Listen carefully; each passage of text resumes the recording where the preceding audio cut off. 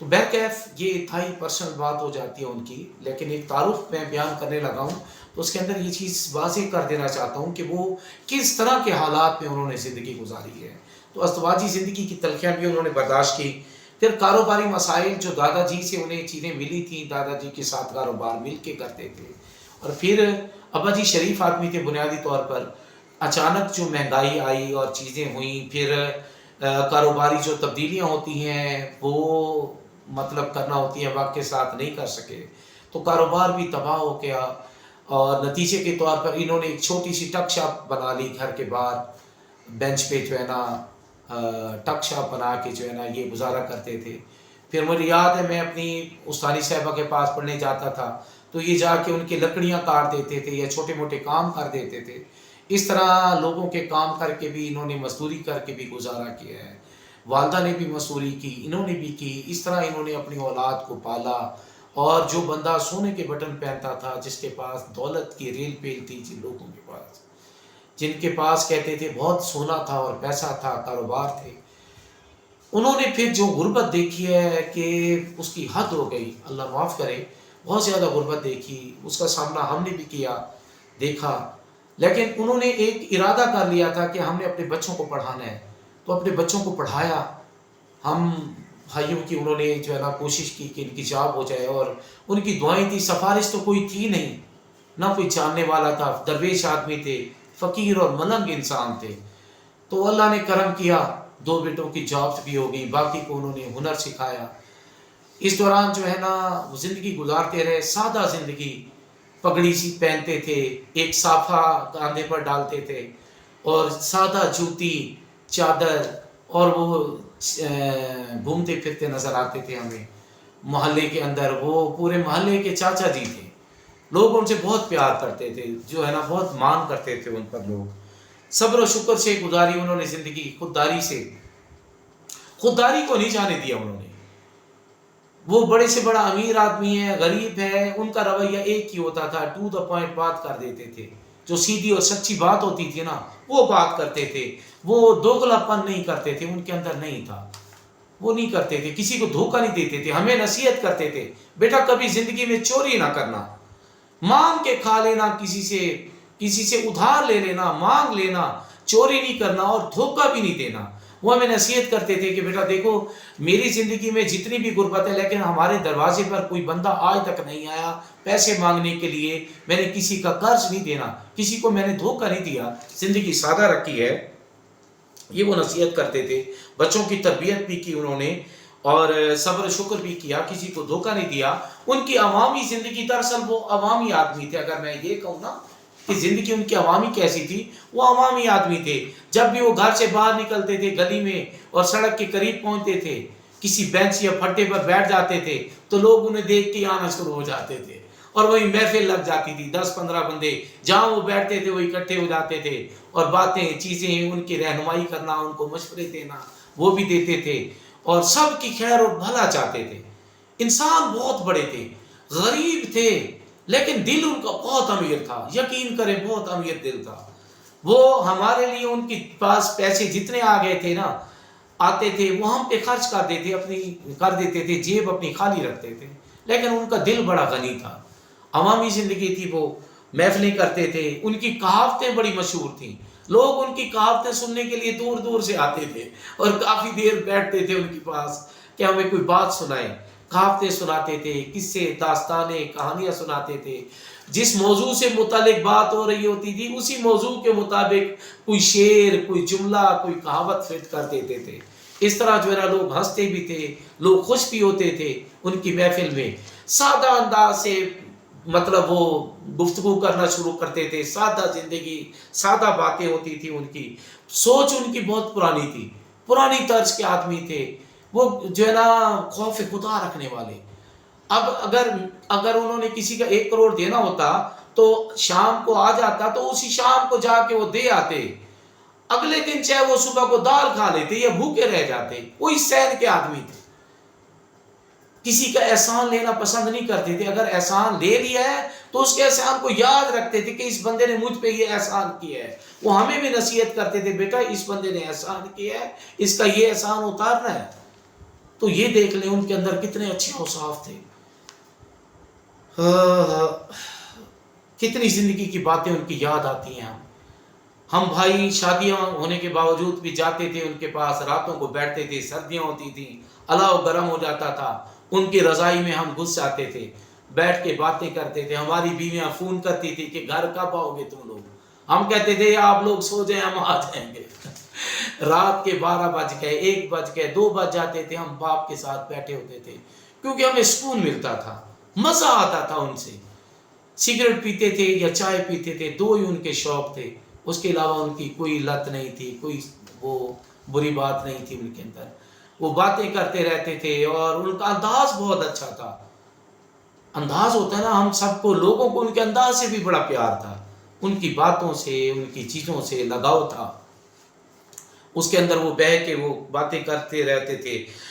جب کسی کا کوئی مسئلہ ہوتا تھا نا تو پنچایت لوگ لے کے آتے تھے کہ بھی یہ مسئلہ ہے، یہ بات ہے، وہ دونوں فریقوں کو کوئی بات سن لیتے تھے، اور جو غلط ہوتا تھا کہتے تھے میاں کو غلط ہے، جو صحیح ہوتا تھا اس کو صحیح کہتے تھے۔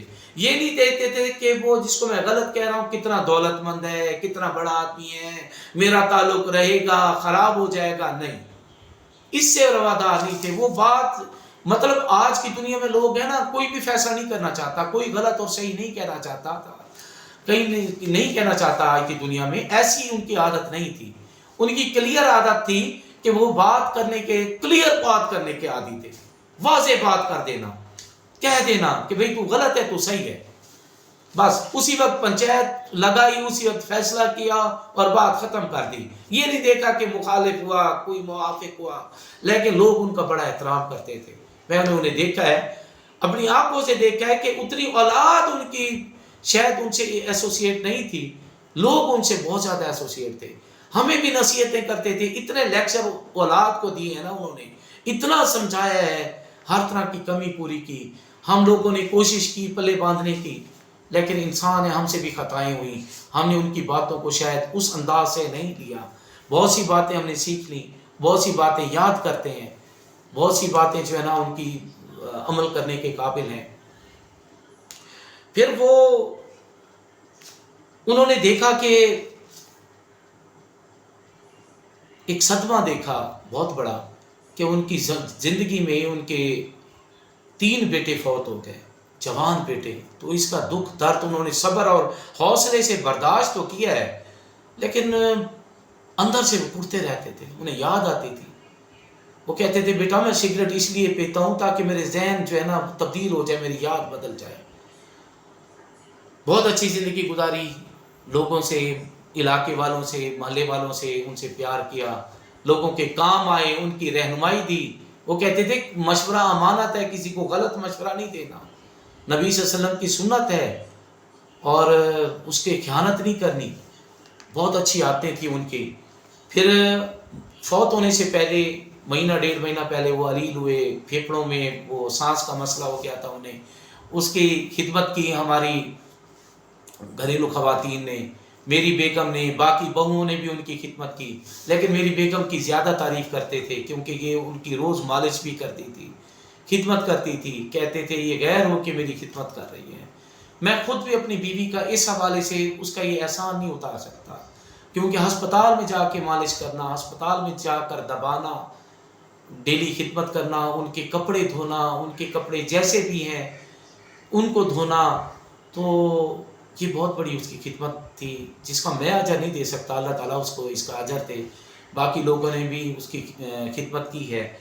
تو 4 دن ایک دفعہ ہاسپٹل میں داخل رہے، دوبارہ پھر تکلیف ہوئی چند دن بعد، پھر 1 رات داخل رہے، پھر انہیں ہم ہاسپٹل لے گئے بھاولپور۔ وہ جو ہے نا ڈاکٹروں نے کہا یہاں سے جواب دیا، تو وہاں گئے ہم۔ جمعے کا دن تھا، مجھے آج بھی یاد ہے، جمعے کا دن تھا اور 22 جولائی تھی، 15 جولائی تھی، 15 جولائی جمعے کا دن سن 2022۔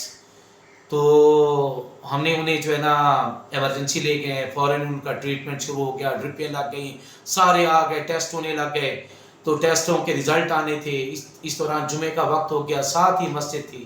چھوٹے بھائی کو میں نے کہا کہ آپ یہاں ٹھہریں، میں ذرا نماز پڑھ لوں، اور نماز پڑھنے گیا ہوں۔ وہاں جا کے میں نے اللہ سے ایک ہی دعا کی، یا اللہ میرا والد بہت اچھا انسان ہے، اس نے کبھی کسی کو تکلیف نہیں دی، کسی کو دھوکہ نہیں دیا، کسی کا حق نہیں کھایا۔ یا اللہ اگر اس کی زندگی باقی ہے تو اس کو کسی کا محتاج نہ کرنا، کیونکہ یہ خود بھی دعا کرتا رہا ہے، یہ کہتا رہا ہے کہ یا اللہ مجھے محتاج نہ کرنا اور میری عقل سلامت رکھنا۔ تو یا اللہ اس کی عقل بھی سلامت رہی ہے، یہ محتاج بھی نہیں ہوا، تو یا اللہ اسے محتاج نہ کرنا، اگر زندگی ہے تو اسے دے دے، نہیں تو اس کو سنبھال لے۔ میں دعا مانگ کے ابھی نکلا ہی ہوں مسجد سے، بھائی کا فون ہو گیا، بھائی کا فون آ گیا کہ ابا جی نہیں رہے ہم میں، ان کی ڈیتھ ہو گئی ہے۔ شاید وہ قبولیت کی گھڑی تھی، اللہ تعالیٰ نے سن لیا، ابا جی اس دنیا سے چلے گئے۔ ابا جی کی ڈیڈ باڈی ہم جب لائے تو ابا جی کی نصیحت تھی، یاد کرتے آئے کہ بیٹا 3 کاموں میں آپ نے جلدی کرنی ہوتی ہے، بیٹی کی شادی کرنے میں، روٹی آ گئی تو اسے کھانے میں، اور اگر کوئی فوت ہو گیا ہے تو وہ اللہ کی امانت ہے، جلد از جلد اس کو اللہ کے سپرد کر دو۔ تو دیکھیں 1:30-2 بجے وہ فوت ہوئے ہیں، اور ہم نے آ کے گھر انتظامات کیے، رات کو 9-10 بجے ان کو جو ہے نا ہم نے دفن کر دیا۔ علاقے کے سارے لوگ شامل ہوئے ان کے جنازے میں، اور جو ہے نا ان کو یاد کرتے رہے کہ اچھے انسان تھے۔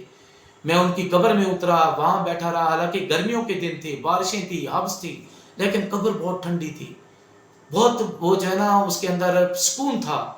تو اللہ تعالیٰ نے ان کی قبر کو بھی سکون والا بنا دیا۔ اللہ تعالیٰ ان کو اسی طرح جو ہے نا جنت الفردوس میں جگہ دے۔ خوابوں میں بھی ہمارے آتے رہے، اچھی تعبیریں نہیں، پتہ چلا اچھی کیفیت میں ہیں۔ 3 بہن بھائی تھے، 2 بہنیں فوت ہو گئی ہیں، 1 بہن ہے وہ بہاڑی میں رہتی ہیں، ہماری پھوپھی، اللہ ان کی عمر دراز کرے، اللہ ان کو صحت کاملہ دے۔ وہ جو ہے نا ایک ہی رہ گئے ہیں نشانی، باقی جو ہے نا ہمارا کوئی نہیں ہے جو بزرگوں کا سایہ ہم پر ہو۔ تو یہ ان کی داستان ہے۔ انسان بہت بڑے تھے، بہت اچھے تھے، اور درویش صفت انسان تھے۔ میں کیا کہوں، اکیلے تھے، ماں باپ کے اکیلے بیٹے تھے۔ اللہ تعالیٰ نے ان کو 9 بیٹے دیے، اور پوتی پوتیوں سے بھی نواز دیا ہے اللہ تعالیٰ نے۔ اور آج میں جو کچھ بھی ہوں، میں یہ کہتا ہوں میں انہی کی وجہ سے ہوں، انہی کی محنت کی وجہ سے ہوں، انہی کی جو ہے نا ہم بھائی سارے جو کچھ بھی ہیں ان کی محنت کی وجہ سے، ان کی مزدوری کی وجہ سے ہیں، ان کی خواہش کی وجہ سے ہیں کہ ہم اپنے بچوں کو پڑھائیں گے، اپنے بچوں کو تعلیم دیں گے، اپنے بچوں کو شعور دیں گے۔ ماں باپ نے محنت کی، ہم یہاں پہنچ گئے۔ دعا کرتا ہوں میں اللہ تعالیٰ ان کو جو ہے نا جنت الفردوس میں جگہ دے، جنت کے دروازے کھولے رکھے ان کی قبر میں قیامت تک، اور آگے ان کا معاملہ اچھا ہو۔ اب بھی ہم انہیں یاد کرتے ہیں تو آنکھوں میں آنسو آ جاتے ہیں۔ زندگی میں میں ختم دینا نہیں چاہتا تھا، لیکن جب سے وہ فوت ہوئے ہیں، اب جب کھانا کھاتے ہیں تو فوراً وہ یاد آ جاتے ہیں، تو بیٹھ کے ہم ختم دیتے ہیں۔ اس کے بعد یاد آتا ہے میں اپنے باپ کے گھر میں، میرے گھر کے سامنے ہے، اپنے والد صاحب کے گھر میں، ابا جی کے گھر میں دن میں 3 دفعہ 4 دفعہ جاتا تھا۔ اب 3 دن ہو جاتے ہیں میں ادھر نہیں جاتا، گھر میں گھستا بھی نہیں ہوں، کیونکہ وہ جو اٹریکشن تھی جو وہ ختم ہو گئی ہے، وہ بات نہیں رہی، وہ چیز رہی نہیں ہے، کیونکہ ہم سارے بہن بھائی انہی سے ایسوسیٹڈ تھے، ان کے ساتھ مطلب جڑے ہوئے تھے۔ ماں سے بھی تھے، ہمیں ماں سے بھی احترام ہے، پیار ہے، لیکن باپ کے زیادہ قریب تھے۔ اس کی کمی ہمیں محسوس ہوتی ہے، اور بہت شدت سے محسوس ہوتی ہے۔ بہت بڑی ڈھال تھے ہم پر۔ اب مجھے پتہ چلا ہے، اب مجھے احساس ہوا ہے کہ وہ روکتے تھے، ٹوکتے تھے، کن معاملات میں وہ کیوں کرتے تھے، تو صحیح کرتے تھے۔ دعا کرتا ہوں اللہ میاں ان کو جو ہے نا جنت الفردوس میں جگہ دے، ان کے معاملات اچھے کرے، اور وہ روحانی طور پر ہماری مدد کرتے رہیں۔ اسی کے ساتھ میں اجازت چاہوں گا۔ اللہ حافظ۔